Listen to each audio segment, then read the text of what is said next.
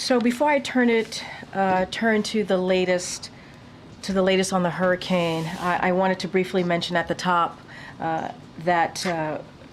regarding the passing of Ethel Kennedy.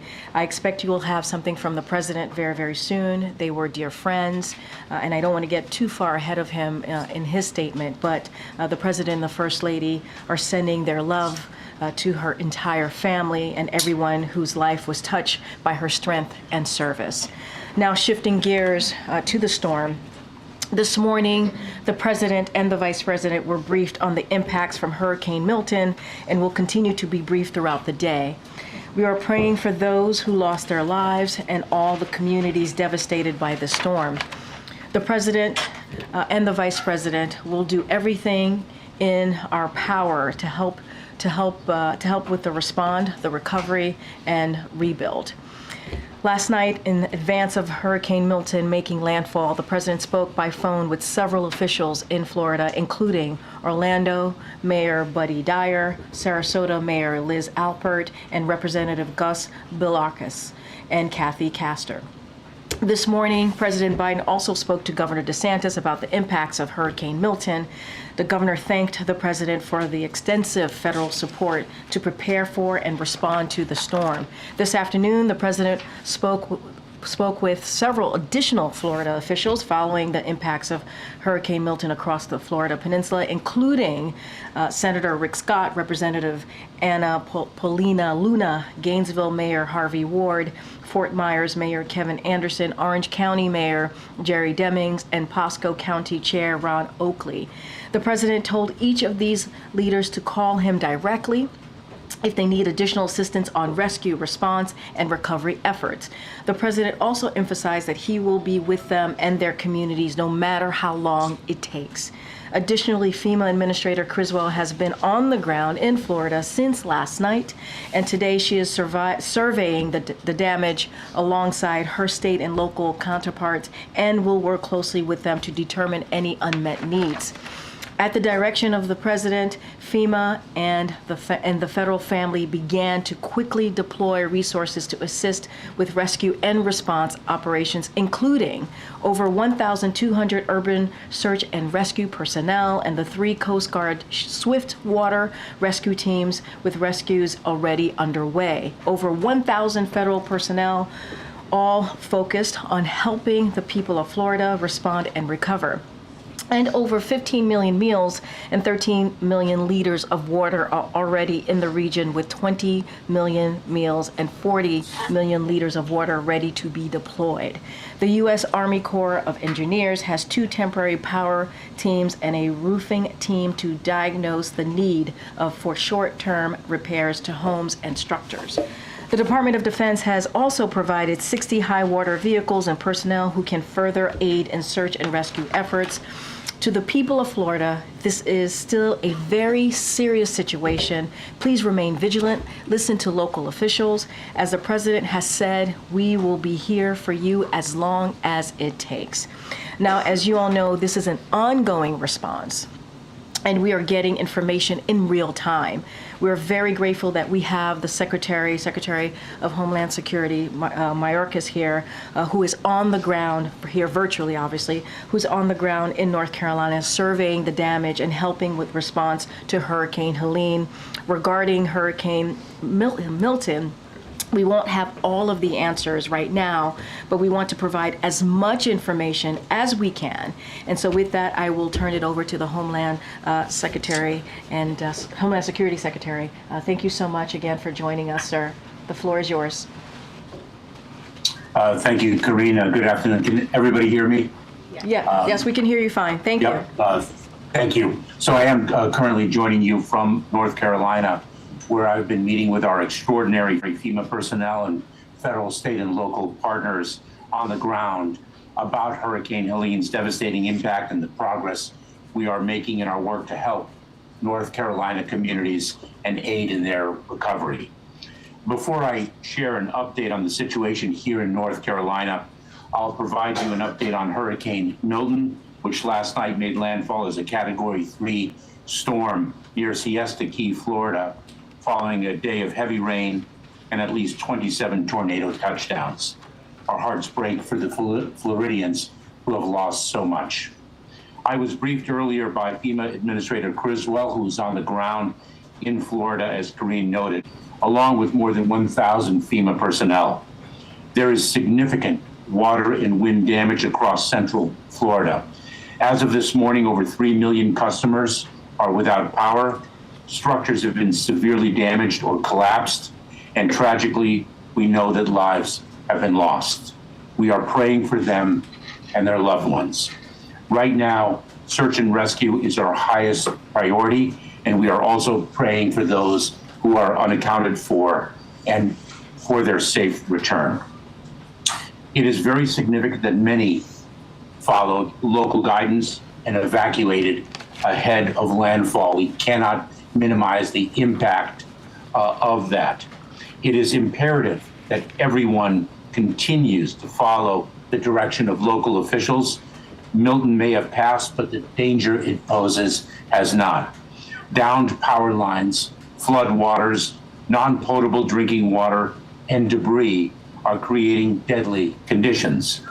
Keep listening to local officials and shelter in place until it is safe, if told to do so.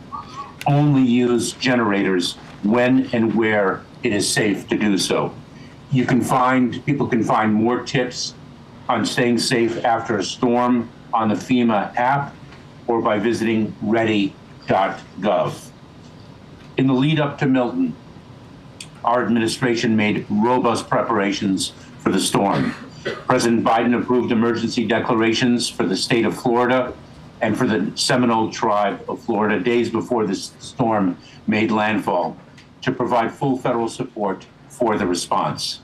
We pre-positioned supplies, including food and water, 20 helicopters, 60 Department of Defense high water vehicles with ladders, 1,300 U.S. Coast Guard personnel, and 1,400 urban search and rescue team members across Florida in anticipation of the storm, and staged hundreds of ambulances to assist in the transport of hospitalized patients. Today, FEMA is joining the state to begin damage assessments to ensure Floridians have what they need. FEMA and our federal partners, including the Department of Defense and the United States Coast Guard, are already working closely to support the state of Florida in a comprehensive, coordinated response to the storm. To reiterate President Biden's message yesterday, every available resource is being deployed as fast as possible to impacted communities, and we will not leave until the work is done. The same is true for communities devastated by Hurricane Helene, including here in North Carolina. President Biden and Vice President Harris were here last week, as was I, and we will continue to support impacted communities and first responders on the ground.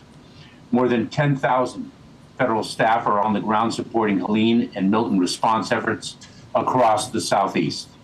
Since Helene first made landfall, urban search and rescue teams have rescued over 4,300 people. From a peak of 5.1 million customers without power, we have helped restore power for more than 5 million of them. And we are restoring more every day. We have helped quickly restore cell phone service across the region. At its peak, 3.4 million customers were without service. We have restored service now to more than 3.2 million of them. We have delivered more than 17.2 million meals and more than 13.9 million liters of water. We have helped get over $350 million in assistance out to Helene survivors, with millions more going out every day. All this and much more. These first responders and their state and local partners are doing truly heroic work in extremely difficult circumstances.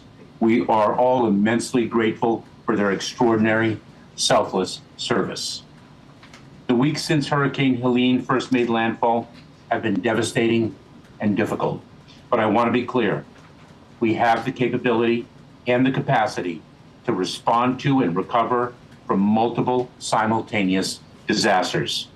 No resources needed for Hurricane Helene response will be diverted to respond to Hurricane Milton. We have made it clear we will be there for every impacted community every step of the way. Thank you. Thank you, Mr. Secretary. We'll go to questions. Go ahead, Kayla. Thank you so much. Mr. Secretary, this is Kayla Tausche from CNN. President Biden indicated that FEMA and the Department of Defense would have enough money to get through their immediate needs in this recovery phase. I'm wondering, after your early assessments of the damage from Hurricane Milton, now coupled with the damage from Hurricane Helene, do you still believe that to be the case?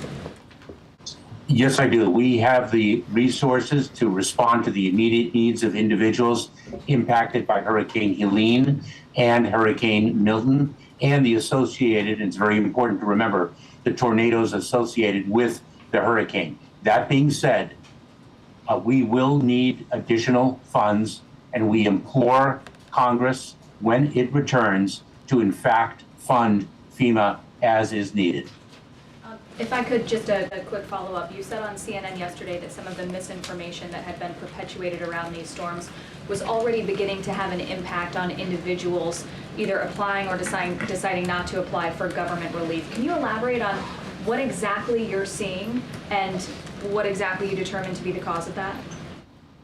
So let me repeat that in fact the false information that is being spread deliberately does have a real life impact on survivors, and it is also demoralizing for those heroic individuals who are risking their lives in the service of others. Let me give you one example. There is false information that federal employees who are there to help people will actually take their land.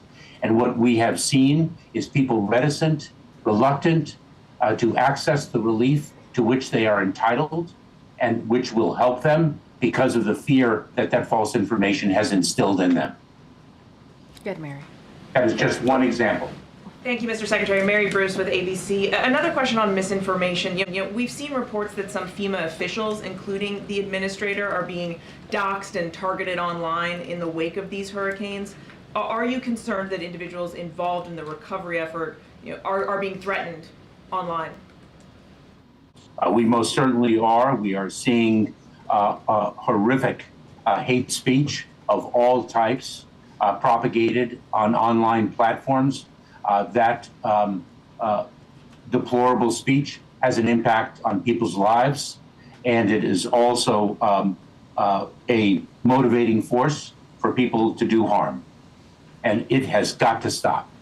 And it is our work in the Department of Homeland Security to combat hate in all its forms. We will continue that work. Do you have any information to suggest that any foreign governments have tried to take advantage and amplify this misinformation about the response and recovery effort? I have not been alerted to that phenomenon. We, of course, have seen foreign nations disseminate false information for other purposes. I have not seen it in the context of Hurricane Helene or the Hurricane Milton, which just transpired. But of course, we are quite vigilant in monitoring that. Go ahead, Nancy. Thank you, Secretary Mayorkas. It's Nancy Cordes from CBS News. Hurricane Milton knocked out power to more than 3 million customers. How does the scope of the power situation compare to other disasters? And what is the federal government's role in coordinating the restoration of that power? How long will it take? So, Nancy, a number of questions. Unclear how long it's going to take because, quite frankly, the damage assessment is still underway. So we're at a very, very early stage. Our role generally is to support the state and local officials, the state and local resources, to augment those resources and to work very, very closely alongside them. And we are doing so both in response to Hurricane Helene and Hurricane Milton. But, the response is actually in a number of phases. The immediate phase is search and rescue, life and safety of individuals. And then we go from search and rescue to response and then to recovery. We work very closely with the state and local officials to rebuild whatever infrastructure has been damaged to get power up. We have the capacity to assist, and we also work with the private sector. We have the ability to deliver power immediately, but for the long term, very often infrastructure has to be rebuilt. My visit here in North Carolina underscored that fact, because one of the long-term challenges is going to be to rebuild the water system in a number of cities where it's been completely decimated. Yeah, Jackie. Thanks, Karine. Mr. Secretary, it's Jackie Heinrich from Fox. I want to ask you about a different story. This Afghan national who was working for the CIA in Afghanistan was arrested for planning an election day terror plot. He was brought to the U.S. after Afghanistan collapsed. Your agency says as part of the SIV program.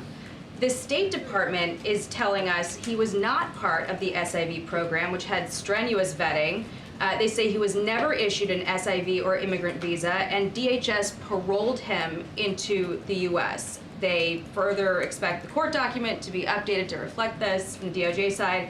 So, Mr. Secretary, how was this man brought into the U.S.? What screening did he undergo?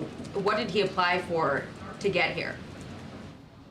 Jackie, I'm here in North Carolina communicating with the individuals who are still conducting search and rescue operations. Over 200 people have lost their lives in Hurricane Helene. We have reports that at least 10 individuals have lost their lives as a result of Hurricane Milton. I'd be very pleased to answer your question in a different setting, but we're here to talk about emergencies and the support that we can deliver to people in desperate need. Thank you. I appreciate that, Mr. Secretary, but we're getting conflicting answers from your agency and from the State Department about a man who was arrested for an election day terror plot. How do you not have those answers prepared? Jackie, that's not what I said. What I said is I'd be pleased to discuss this issue at a different time, but I am here to speak about disasters that have impacted people's lives in real time, and that is the subject that I am addressing today. Mr. Secretary, can you assure people that appropriate steps have been taken to secure the country against these kinds of threats? Because the outstanding question is whether this man was radicalized before the U.S. government brought him here or afterward. And people should be concerned about that. Jackie, your persistence in questioning can be matched by my persistence in answers. All right, we're going to go. Go ahead, Gabe. Mr. Secretary, thank you. Gabe Gutierrez here with NBC. I want to go back to the funding question a little bit more specifically. So 8 days into the fiscal year, the federal government has spent nearly half of the money that Congress has allocated for disaster relief for the next 12 months. How concerning is that? It is very concerning, but let me be clear. We can meet the immediate needs arising from Hurricane Helene, Hurricane Milton, and the tornadoes associated with it. When Congress returns, we will need them to act swiftly to appropriately fund the disaster relief fund upon which FEMA relies to deliver assistance to people after extreme weather events. And so we can meet the immediate needs. We will need funding very rapidly. What if there's another disaster next week? We are working on a continuing resolution. That is not stable footing for the work that we do in disaster response. And so that is why I underscore the need for Congress to act swiftly upon its return. Go ahead, Michael. Thank you, Karine. Mr. Secretary, Michael Wilner with McClatchy. Just want to ask you specifically about the National Flood Insurance Program. Already the NFIP has been chronically in the red.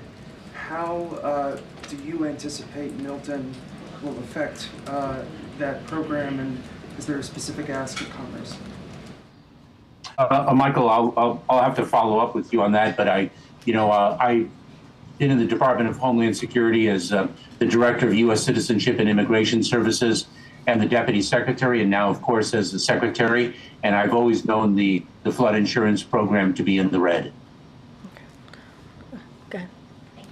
Mr. Secretary, this is Courtney Rosen from Bloomberg Government. I would like to ask about the upcoming election in the next couple weeks. Are you thinking about that issue in terms of voters being able to access their polling places in states that are having such significant damage? Courtney, we have seen state and local officials who are, of course, on point in ensuring access to voting. We have seen them take measures to ensure that people can, in fact, reach their polling places. Some polling places have been damaged, for example, as a result of Hurricane Helene, but they are pivoting to make sure that there are other facilities available to them, and they'll have different places at which they can place their votes. And this is something that the Cybersecurity and Infrastructure Security Agency of our department, CISA, as it is known by its acronym, works very closely with state and local officials to assist in that regard. Can you give an example of one way that they are assisting in this time? So Some what we examples do, of what that work looks like? there are three threat vectors. There's physical violence.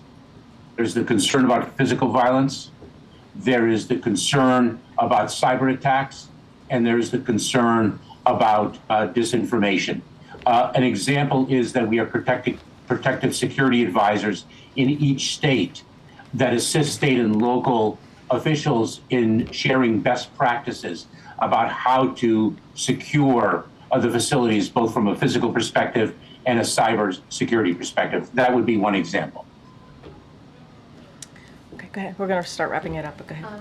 Thank you, Mr. Secretary. This is Skylar Woodhouse with Bloomberg News. As you mentioned earlier, you said that FEMA, will need funds when Congress comes back. But if there is another disaster prior to Congress coming back to session, and as you continue to work with Helene and Milton, will FEMA have to perhaps stop offering services or sending out support for aid if you're running out of cash before Congress comes back? No, it will not. We have the funds to address immediate needs. If we have to devote the resources that we have to immediate needs, we will do so at the expense of perhaps other long-term recovery efforts. We need Congress to act swiftly upon its return, but we will meet immediate needs.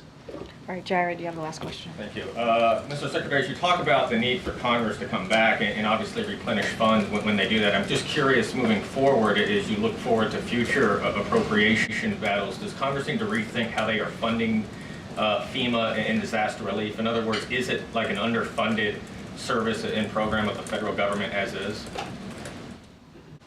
Let me take a step back and widen the aperture of that question, if I may. A continuing resolution is not a stable way to fund the federal government. Needs change from year to year, and we need real budgets upon which we can rely and upon which we can predicate responsible financial planning and financial management. So a continuing resolution only retains a level of instability in the work that we do in terms of the assurance of the funding that we need. The Disaster Relief Fund and the funding of it should be completely nonpartisan and apolitical. This is a fund that provides much needed relief to individuals regardless of party. And I have said publicly many a time since Hurricane Helene first hit in late September, then when our brave individuals, and I say our meaning not just federal, but federal, state, and local, reach into flooded waters to save an individual, they are not asking about that individual's party affiliation. They are rescuing a fellow human being, and we need to be funded accordingly. All right. Thank- Just one quick one to follow up, Secretary. Wait, hold on. Go ahead, Will. I told him it was the last question. So, Mr. Secretary, we have one more for you. Go ahead, Will. Sorry. It's Will Weiser with AP. You mentioned at least 10 people killed in relation to Milton. Is that were those tornado deaths? Can you give us a little bit more information about where that number came from? Let me be clear, and this is something I want to echo that Karine mentioned at the very outset. This is a very fluid situation. We are just beginning damage assessment. So we have 10 confirmed fatalities. Our understanding is that those fatalities were caused by the tornadoes, but I just want to introduce a little bit of tentativeness to that because of the fluidity of the situation and how nascent it is. All right. It is our job to make sure that that number doesn't climb through valiant search and rescue efforts, but we are dealing in the immediate aftermath of a terrible hurricane and many, many tornadoes ancillary to it. All right. Thank you so much, Mr. Secretary. Appreciate it. Appreciate everything that you're doing. Thank you. All right. We don't have too much time because the president, as you all know, is speaking at 2 o'clock. So, Will, what do you have for me? Okay, I wanted to switch gears a little bit. Does the White House have reaction to the UN interim force in Lebanon report that Israel has fired on their position in Lebanon, and there's been at least 2 peacekeepers that were injured? Does the president think that there should still be UN peacekeepers in the region? So I want to be mindful. I heard of those reports coming in. I need to talk to the team and get to the ground truth of exactly what's happening. I just want to be super mindful because I don't have all the information for me to respond to you at this time. Once I have that, then we can certainly respond. Can you comment more generally on peacekeepers? I mean, obviously, peacekeepers, we want them to be safe and protected, but I just don't have anything for you on that particular event that's happening on the ground. I just heard those reports, and I just want to make sure I have the full breadth of the information before I respond. Okay, Danny. Thanks, Karine. The readout of the president's call with Prime Minister Netanyahu yesterday said they'd be remain in close touch. Just wondered if the president or the White House has heard anything more about Israel's plans for retaliation, and secondly, do we know when they're expected to speak again?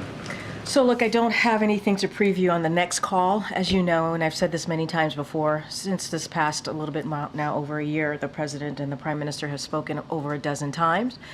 We talked a little bit in this room about the call yesterday, 30 minutes. It was direct, it was productive. There was a readout that we all put out.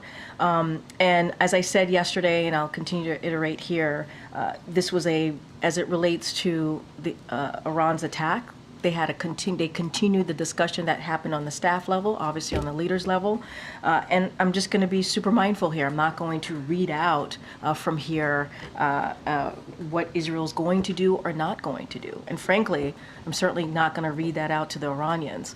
So going to keep that diplomatic conversation as it should be. It is a private conversation, and we read out as much as we were able to, just to give you a little bit of a sense of color of what happened on that call. Can I ask if you do expect to hear from the Israelis after the Security Cabinet meeting? I don't have anything to share. What I can say, though, and we've said this many times before, there is regular communication that is happening with the Israeli government, certainly on the staff level, on a daily basis, and certainly that will continue as we have done for the past more than a year now. Okay, Kayla. Thank you, Karine.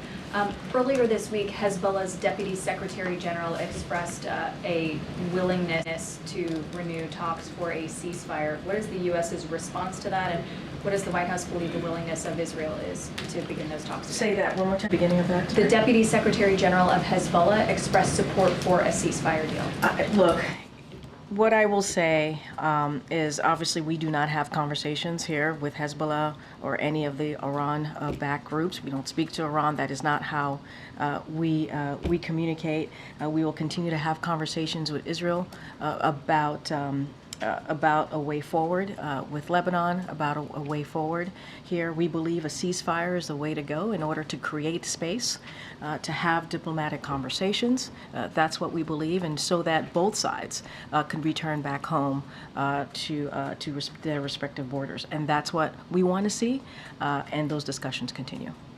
Just to follow up, Israeli Prime Minister Benjamin Netanyahu has showed a willingness to disregard the preferences of President Biden and the U.S. team in how he's prosecuted the conflict in the Middle East. And I'm wondering if the White House is giving any new consideration to conditions being placed on aid delivered to Israel. No. I wanted to ask a question about the disinformation with the hurricanes, and has the White House been in touch with the leadership of social media networks where a lot of this disinformation is being spread?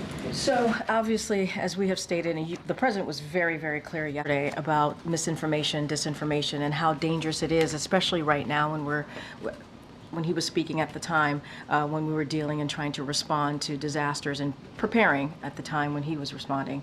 So we have made, certainly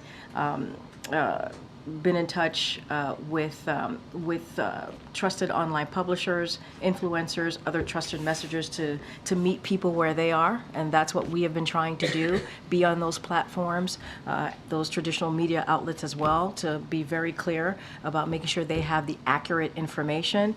And so that is one of the reasons earlier this week the White House launched the Reddit, the first Reddit account, to ensure that even more people, we can meet more people where they are, so we can make sure that we have that accurate information. So that's what we're doing to make sure that we're on those platforms, pushing out what is the accurate information. So folks out there, people out there who are certainly impacted by 2 hurricanes, has the information that they need.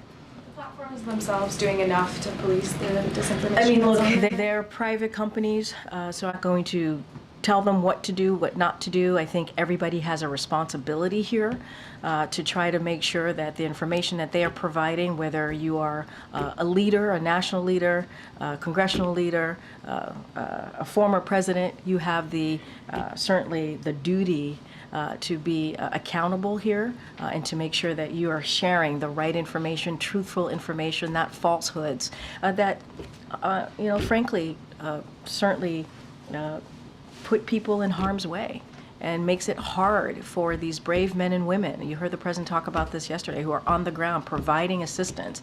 It puts them in harm's way as well. Go ahead, Mary.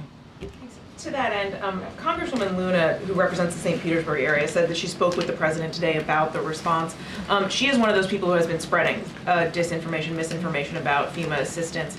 Did that come up in the conversation? Did the president, directly talk to her about that and encourage her to stop it? The president was certainly focused on what's happening on the ground and making sure that the federal government is any needs that are unmet are met, and that everybody who is on the ground, certainly local officials, elected officials who are trying to help their community, has what they need. And look, the president was very clear. It is unacceptable. It is unacceptable for bad faith actors, right, to continue to push out misinformation. As I stated, it is dangerous. It gets in the way of providing the assistance that we need. We have heard, you all have reported on stories where people are not asking for assistance because of the misinformation. And so the president was really clear. It is very, very clear. And one of the issues that we have heard, or the lies or falsehoods that are out there, is the $750. It is the beginning. It is something so that people are able to buy, diapers, to buy milk, or able to buy necessities that they need in the moment, at the time, after dealing with such a horrible event. And the $750 is the beginning, and there is more to come. But it's not helpful when people do that. So the president's not going to shy away from that. He was very straightforward, very forceful about it twice yesterday when he spoke to the public. And so we're going to be very, very clear. It is unacceptable. But the calls that the president made today was about making sure that Americans, people on the ground who have been affected by this hurricane, this most recent hurricane, Hurricane Milton, they have what they need on the ground. Thanks, Karine. Following up on Jackie's question from earlier on the Afghan terror suspect, NBC is reporting that he was a security guard for the CIA before he came to the U.S. and that he passed 2 rounds of vetting. Does the administration believe there was adequate vetting? So what I can say is I can't comment on this directly because it is an active investigation. As you know, that the Department of Justice is currently moving forward with, so I'm going to be really careful. What I can say is every Afghan national who entered the U.S. was screened and vetted by intelligence, law enforcement, counterterrorism professionals, and with every new information that emerges, that if that individual could pose a threat to public safety, we take immediate action, and we take that action. And so I'm going to be not going to speak to this particular case, but I can speak more broadly, and that's the actions that we normally take. That's how we move forward. And the president has always been clear, protecting the American people will always be his top priority. Broadly, what would you say to critics who say there isn't enough vetting in these cases? What I say is how I just ended my last question to you. Protecting the American people is the president's top priority. Okay, bring it back. From what you and other officials have said, I gather that the U.S. has at least two stated goals in Lebanon. The first one, you said that you don't want it to turn into another Gaza. You're working towards cessation of hostilities. But you also support Israeli efforts in dismantling Hezbollah infrastructure in Lebanon. So how can those two goals exist in the same time frame? Is the understanding to first allow Israel to push back against Hezbollah before going into negotiations?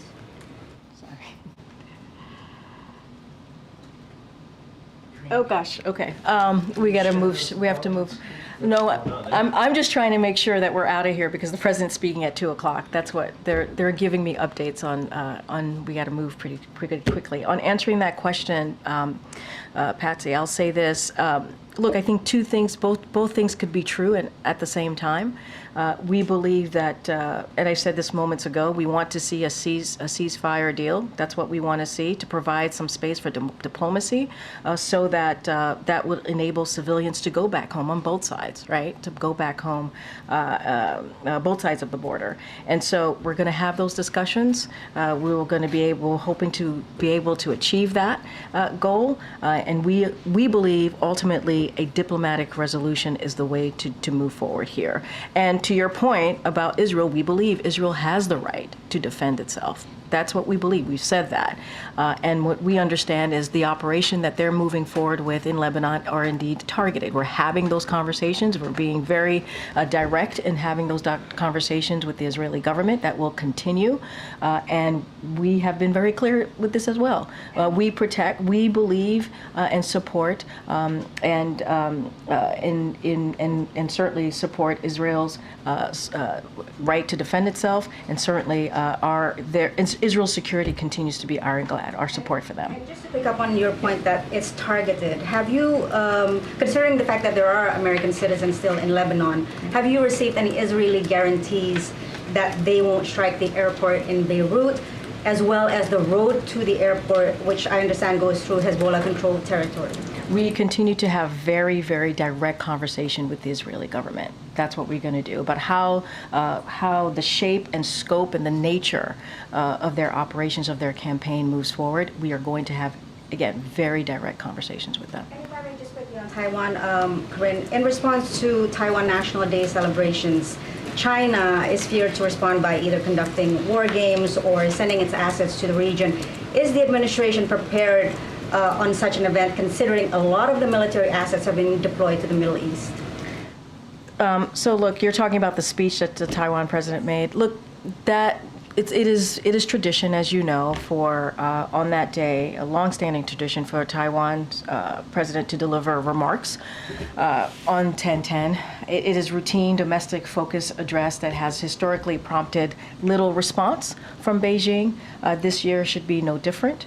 We're not going to speculate on what the PRC will or will not do this year, but we see no justification, certainly, for a routine annual celebration to be used as a pretext for military exercises. We urge Beijing to act with restraint.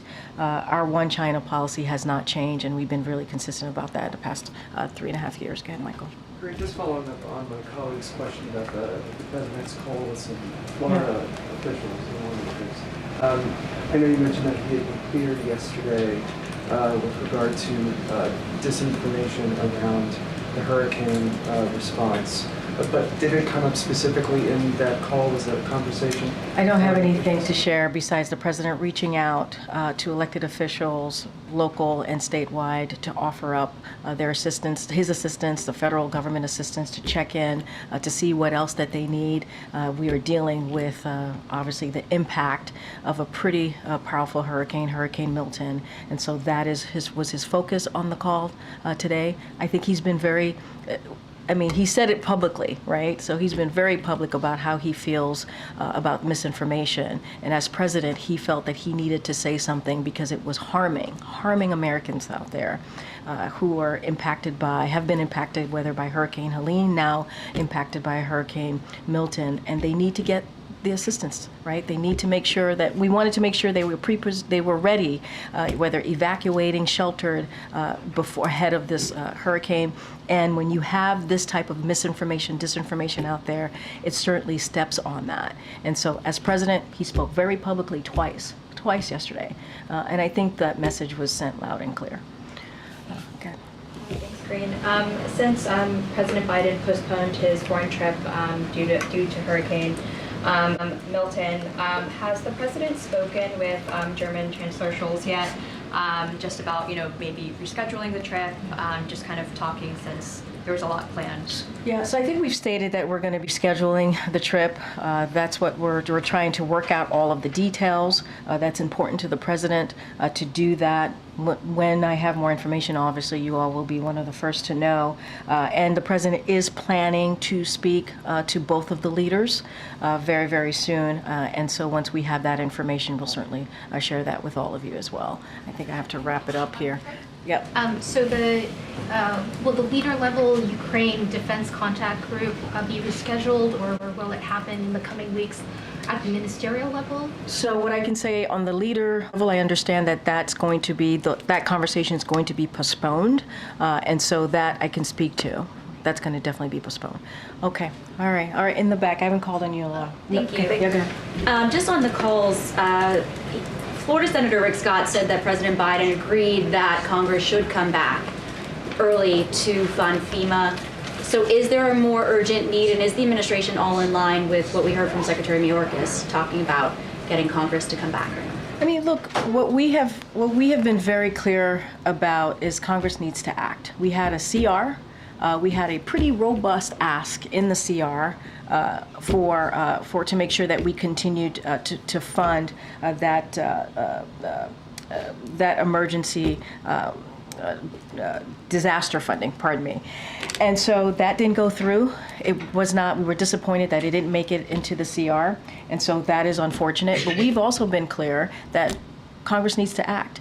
And what we have seen in the past is when Congress can still act on emergency items, move forward emergency ask during recess. That is something that they can do. And so we're going to continue to say that. We're going to continue to be very clear. We have to see this moving forward. You saw the letter from the president earlier this week saying that there's SBA disaster funding that's about to run out in weeks. We believe that Congress can do the job, right? They can do this job. They can make sure that we get that additional funding during recess. We have seen them do this before.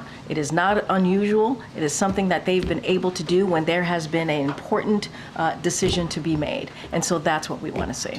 All right, I know we got to go. The president's about to speak, so I don't want to hold you guys up. Thanks, everybody. Thank you.